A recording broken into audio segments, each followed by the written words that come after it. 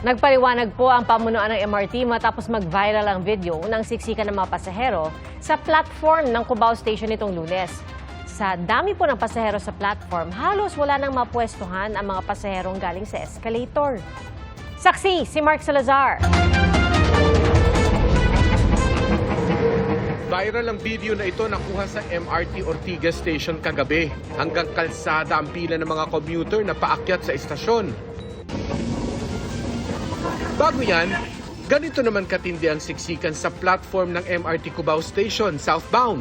Mag-aalas 7:30 ng umaga nitong Lunes. Sa sobrang dami ng tao sa platform, halos hindi na makatungtong ang mga pasaherong galing sa escalator. Paliwanag ng pamunuan ng MRT sa panayam ng Super Radio DZBB, wala namang delay sa mga tren noong araw na yon.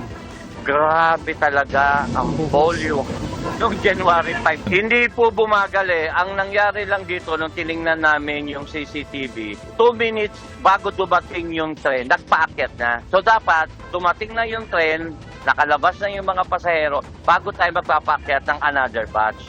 Sa pag-iikot ni MRT3 General Manager Michael Capati sa Cubao Station kanina, ipinaalala sa security personnel ang dahan-dahang pagpapaakyat ng mga pasahero sa platform.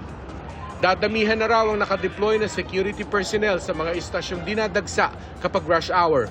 Dagdag ng pamunuan ng MRT, may mga ginagawa para dumami ang tren at mapaiksi ang 3.5 minutong paghihintay. Sana nila ay maayos na yung 45 bagon na inire-rehab. Magiging operational na ba yan? Yung 45 na yan within the year? Hopefully po, depende sa performance ng CRRC Dalian na ma-comply nila lahat yung requirement. Mapapatakbo po natin yan. Ia-upgrade din aniya ang mga istasyon para mas maging komportable. Mag-i-start na kasi to by February. I-rehab na to, i-repaint, papalitan ng mga tiles and everything. Para sa GMA Integrated News, ako si Mark Salazar, ang inyong saksi. Mga kapuso, maging una sa saksi. Mag-subscribe sa GMA Integrated News sa YouTube para sa iba't ibang balita.